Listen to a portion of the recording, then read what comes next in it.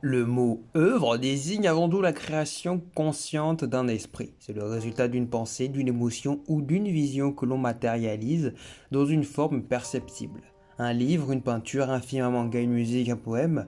L'œuvre, c'est l'expression la plus intime et la plus sincère d'une âme qui cherche à communiquer quelque chose au monde. Elle est le pont entre ce que l'auteur ressent et ce que le public va comprendre ou ressentir à son tour.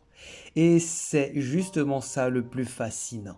Chaque œuvre est unique à sa manière, même si en surface certaines paraissent semblables. Elles se ressemblent quoi. Même si elles partagent des thèmes, des archétypes ou des motifs proches, aucune n'est jamais identique. Parce qu'une œuvre n'est pas seulement une idée, c'est une manière de la vivre.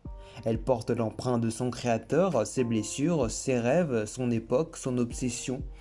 Deux artistes peuvent peindre la même scène, écrire le même type d'histoire, mais ils ne peindront jamais avec la même lumière, ni ne raconteront avec la même vérité.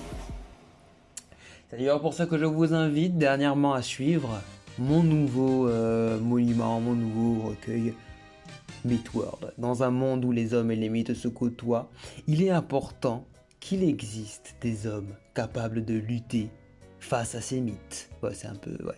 Ils s'appellent les chasseurs de mythes et dans ces pages, dans mes histoires, je vous conte l'histoire de ces légendes, notamment celle du Merlin face à la plus grande des menaces, l'apocalypse en personne. Bien sûr, il y a aussi Boruto. Je suis un petit passionné, je raconte des petites histoires. Voilà, c'est disponible sur Manga Draft. Alors, qu'est-ce que vous attendez pour aller la lire? Certes, il existe parfois des similitudes fortes, des schémas narratifs qui se répètent, des univers qui s'inspirent les uns des autres, mais ce n'est pas là que réside la véritable valeur d'une œuvre. Ce qui fait sa force, c'est l'impact qu'elle laisse. Une œuvre devient marquante non pas parce qu'elle est totalement nouvelle, mais parce qu'elle touche, parce qu'elle réveille quelque chose chez le spectateur ou le lecteur, un souvenir, une émotion, une réflexion. Ce n'est donc pas un problème de ressemblance, mais une question de résonance. Ce que certains appellent l'impact, c'est en réalité cette capacité d'une œuvre à s'imprimer dans l'esprit de celui qui la reçoit. Ce que je trouve tout aussi incroyable, c'est que chaque œuvre, sans exception, possède son propre univers.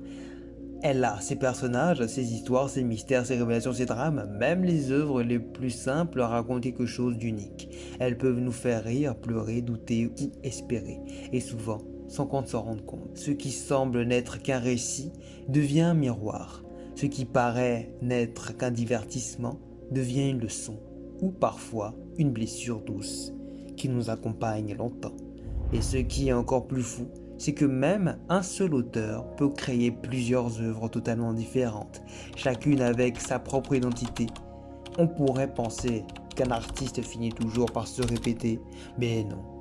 Il évolue, il grandit, il doute, ses œuvres deviennent les chapitres de sa propre vie. Certaines sont lumineuses, d'autres sombres, certaines parlent d'amour, d'autres de perte, mais toutes racontent quelque chose sur lui. Et c'est là toute la beauté de l'art. Il n'y a pas deux œuvres identiques, pas deux émotions vécues, pas la même façon, pas deux mondes perçus pareillement. Chaque œuvre est un éclat dans l'immensité de l'imaginaire humain. Un petit morceau d'éternité, fragile et précieux, qu'un artiste a choisi d'offrir au monde. Et quand on y pense, c'est vraiment dingue.